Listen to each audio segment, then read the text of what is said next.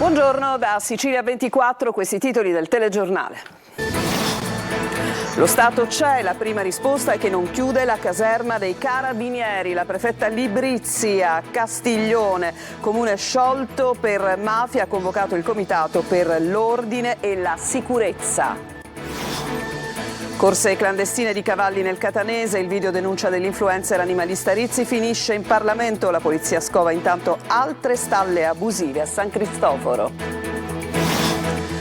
La via del referendum per fermare il ponte sullo Stretto. L'annuncio dei leader di Europa Verde e Sinistra Italiana hanno provocato polemiche. A reagire anche il presidente della Regione Schifani.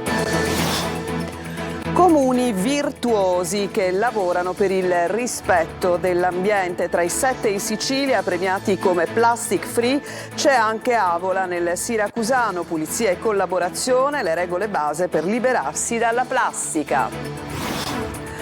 Solidarietà e fratellanza alla moschea di Catania per l'inizio del Ramadan. Musulmani e cristiani, pensando a Gaza, invocano la pace. Oscar 2024, l'Italia incassa la delusione per Garrone, Oppenheimer conquista tutto, vittoria dell'autodeterminazione femminile con 4 statuette a povere creature. Calcio, Serie B, il Palermo vince in casa del fanalino di Codalecco e sale al 5° posto in classifica. Venerdì big match casalingo contro il Venezia. Il Catania non svolta, i rossazzurri fermati in casa sullo 0-0 dal Potenza restano ai margini della zona rossa, il Messina continua a sognare i play-off dopo l'1-1 di Benevento.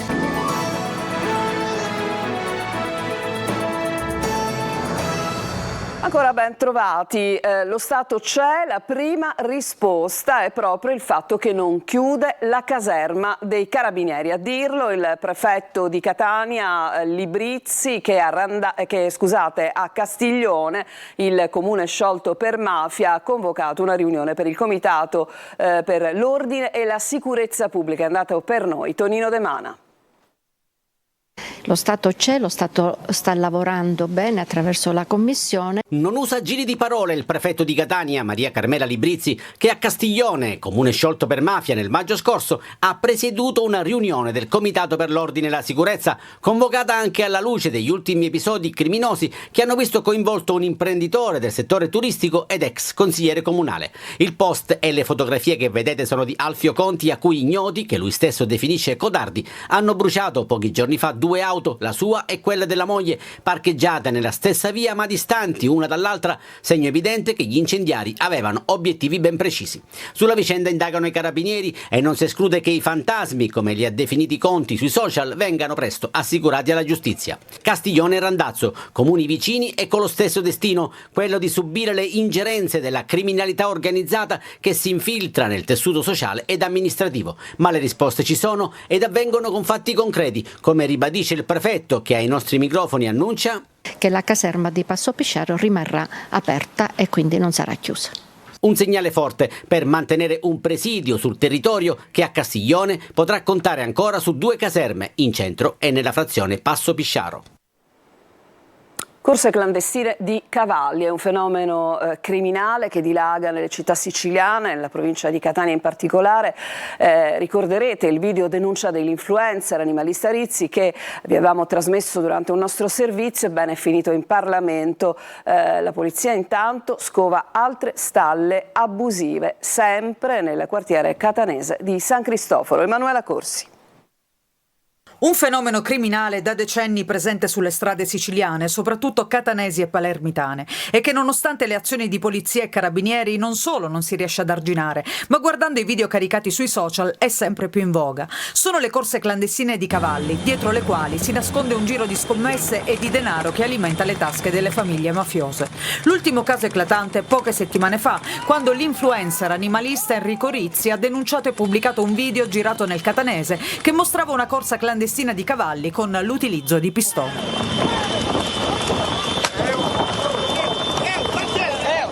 Un caso finito anche in Parlamento, sul quale è intervenuto il deputato dei Verdi Emilio Borrelli. Noi ci troviamo davanti a una situazione incredibile. In Sicilia, a Catania, continuano ad avvenire corse clandestine, o meglio, corse alla luce del sole che noi definiamo oggi clandestine, ma che di certo oramai non sono clandestine, al punto tale che fanno i video e le dirette. Oggi il quotidiano La Sicilia mostra il luogo dove è avvenuta la gara illegale. Siamo nella zona di Contrada Campanito, nel territorio di Palagonia, a oltre 40 km dal centro storico di Catania, in passato già teatro di altre corse clandestine. Il quotidiano mostra anche i segni sulla strada della linea di arrivo ancora impressa sull'asfalto.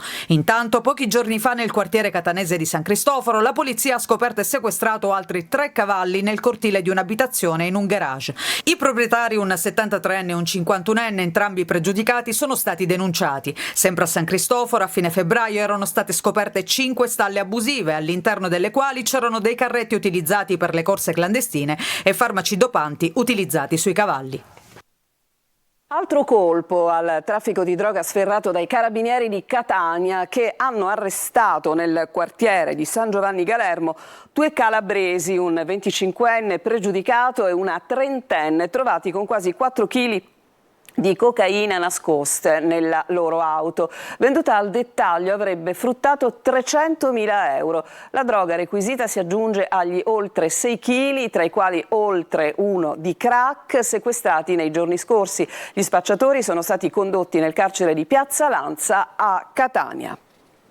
La via del referendum per fermare la realizzazione del ponte sullo Stretto. L'annuncio dei leader di Europa Verde e Sinistra Italiana hanno provocato a Messina una serie di reazioni e di polemiche, tra le quali anche quella del presidente della regione. Sentiamo Francesco Triolo.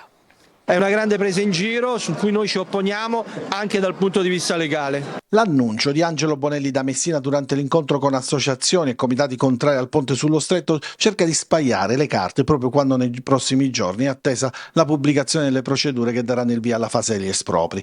Guardate che se ci fosse un referendum domani, il popolo italiano direbbe no al ponte sullo Stretto di Messina. Il popolo italiano direbbe no. Referendum è la parola chiave, perché il leader di Europa Verde lo ha detto chiaramente: stiamo lavorando ad un'integrazione dell'esposto già presentato e sul quale è stata già aperta un'inchiesta dalla Procura di Roma, ma stavolta sulle procedure. La frase a sensazione però è stata quella della consultazione elettorale per chiedere agli italiani se l'opera la vogliono davvero, e la raccolta firme per la sua indizione potrebbe partire a breve. Insomma, la via legale diventa oggi la strada che si vuole perseguire. Faremo battaglia in Parlamento e anche fuori dal Parlamento contro un'opera che riteniamo inutile, enormemente costosa, un'opera che rischia di sottrarre ancora più risorse al Mezzogiorno, alle isole in questo caso.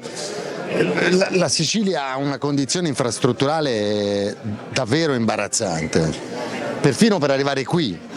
È curioso immaginare che fine faranno le auto che attraversano il ponte e poi arrivano qui, come da qui proseguiranno il loro percorso, per non parlare della situazione delle ferrovie. E le reazioni sono state immediate e dure. Il presidente della regione, Renato Schifani, ha detto di essere pronto a costituirsi parte civile nei confronti di coloro i quali si rendessero protagonisti di azioni penali temerarie per rallentare l'opera. Il senatore messinese Nino Germanà, vicepresidente del gruppo Lega e segretario in Commissione Trasporti a Palazzo Madama, ha parlato di sceneggiata. Non fermeranno il futuro, come non hanno fermato Alta Velocità o Mose, è stata la sua replica. La Sicilia ha 7 nuovi comuni plastic free. Ridurre l'uso della plastica e rispettare l'ambiente sono tra gli obiettivi principali delle amministrazioni. Buone pratiche portate anche a scuola. Siamo stati in uno dei tanti comuni premiati, ad Avola, nel Siracusano. È andato per noi Francesco Aloi. Un premio che riconosce l'impegno ma che stimola a fare sempre di più. La Sicilia ha 7 nuovi comuni plastic free.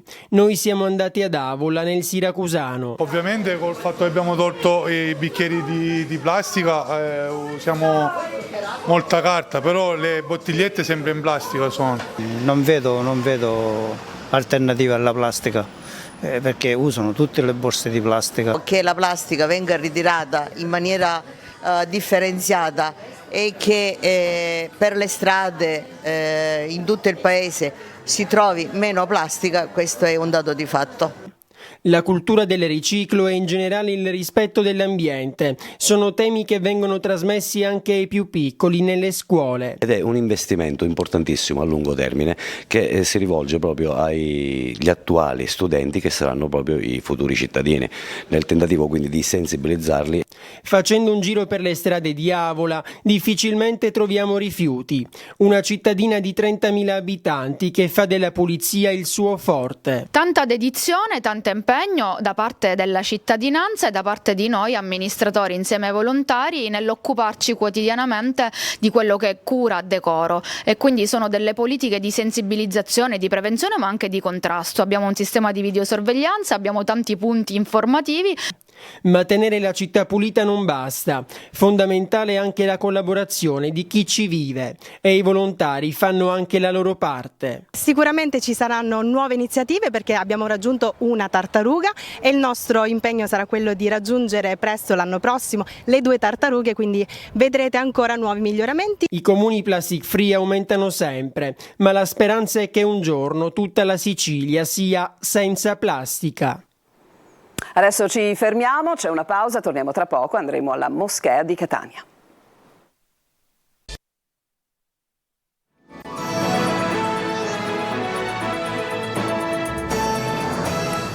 Siamo tornati in studio alla moschea di Catania, gesti di solidarietà, di fratellanza per l'inizio del Ramadan tra musulmani e cristiani con un unico pensiero, quello della pace. Sentiamo Adelaide Barbagallo. Il furgoncino della Caritas di Catania sforna legumi, pelati, cibo a lunga conservazione, chili e chili di prodotti donati alla moschea di Piazza Cutelli. Gesti di solidarietà e fratellanza tra Islam e cristianità all'inizio del Ramadan. Nella mensa il grande pentolone è già sul fuoco. Questa sera il menù prevede una zuppa araba di lenticchie, fave e ceci. Il secondo è fare pollo e batati. L'imam regala il Corano a Don Nuccio. Una sura sembra sancire il momento. Allah, Dio, ama chi opera il bene. Questo senza dubbio è un legame fortissimo tra le nostre religioni. E questo che cos'è? È una sura? Sì, un versetto di una sura, la famiglia di Al-Imran, che è la famiglia di Maria. La figura di Maria crea un legame fortissimo tra mondo arabo e cristiano. Abbiamo un intero capitolo intitolato Maria. Il Ramadan è il mese della misericordia e mai come in questo momento il pensiero corre a Gaza. L'unica via, l'unico modo per risolvere questi conflitti è quello di trovare una soluzione. La Marcia della Pace, insieme a Sua Eccellenza Monsignor Luigi Renna, testimonia questo impegno di tutte le religioni, tutte le fedi per una pace, per la pace. Senegalesi, mauriziani, bengalesi, l'Istat annovera a Catania 10.000 musulmani, ma sono molti di più. E c'è un dato singolare, la moschea assiste 500 famiglie, di queste oltre il 90% sono catanesi. Avrò cura di te, l'iniziativa di solidarietà che si è tenuta questa mattina all'ospedale di Agrigento, una giornata di benessere per le pazienti ricoverate nel reparto di oncologia. Davide Sardo. Ad Agrigento, in ospedale al San Giovanni di Dio, le volontarie estetiste e parrucchiere hanno avuto cura delle pazienti ricoverate nel reparto di oncologia.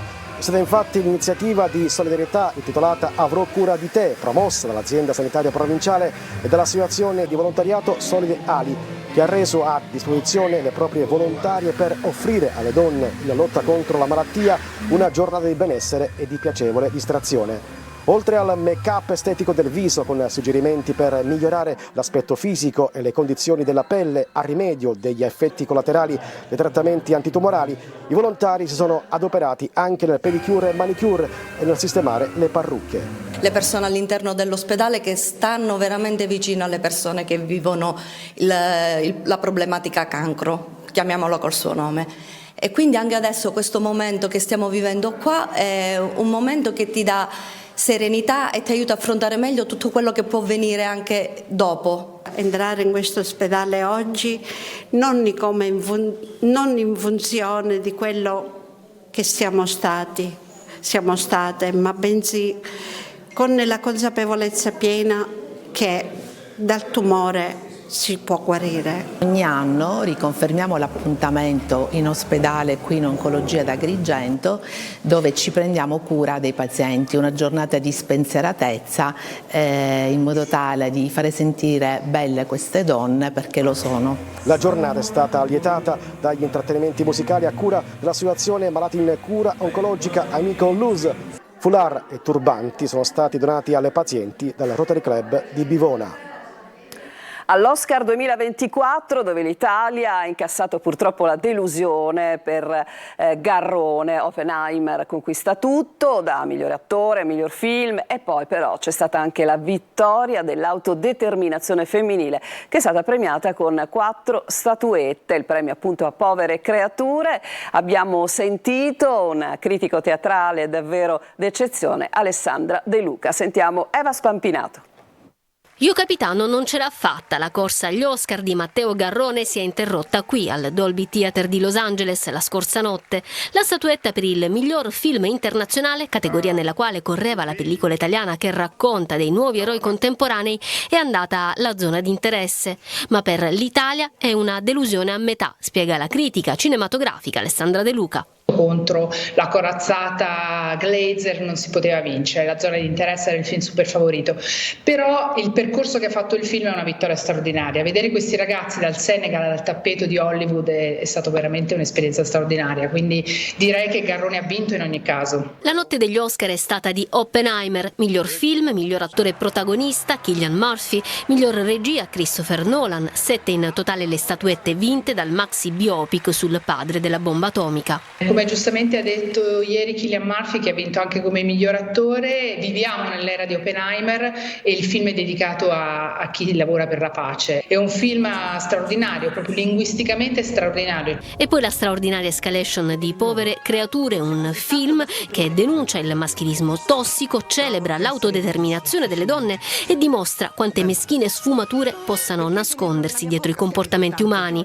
Per Emma Stone arriva la seconda statuetta della carriera. Punta il dito contro un tipo di mascolinità tossica, violenta, contro un patriarcato che ormai non ha più ragione di esistere. Questa è una tendenza forte a Hollywood e non solo ad Hollywood. Serve a una percezione collettiva che deve assolutamente cambiare e questo film lo fa in maniera mirabile. Allora il mondo è nostro. Ci fermiamo ancora e subito dopo ci ritroveremo con il calcio.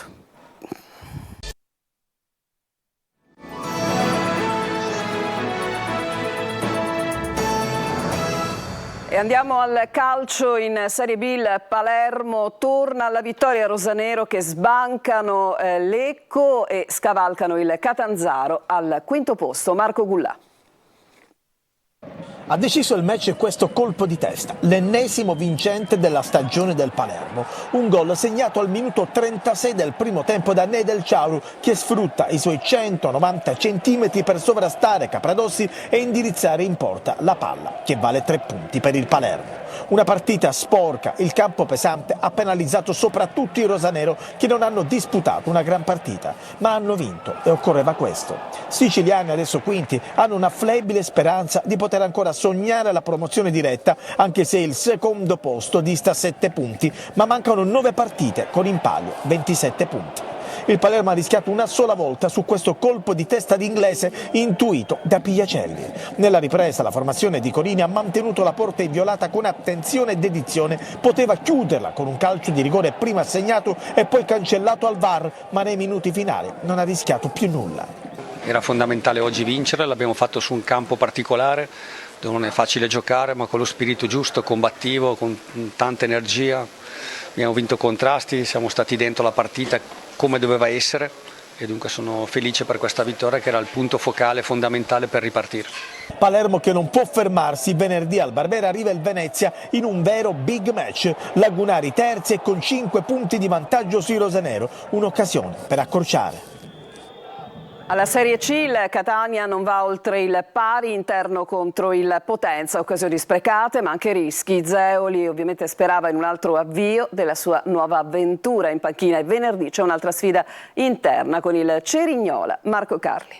In una stagione storta un punto in casa può essere anche un punto conquistato. Questa è la filosofia di Zeoli, almeno al momento, che giustamente si aspettava un altro risultato, ma che non disprezza il pari a reti bianche col Potenza, sapendo che la partita, soprattutto nel secondo tempo, poteva offrire qualsiasi risultato. Quando non vinci in casa c'è molta delusione.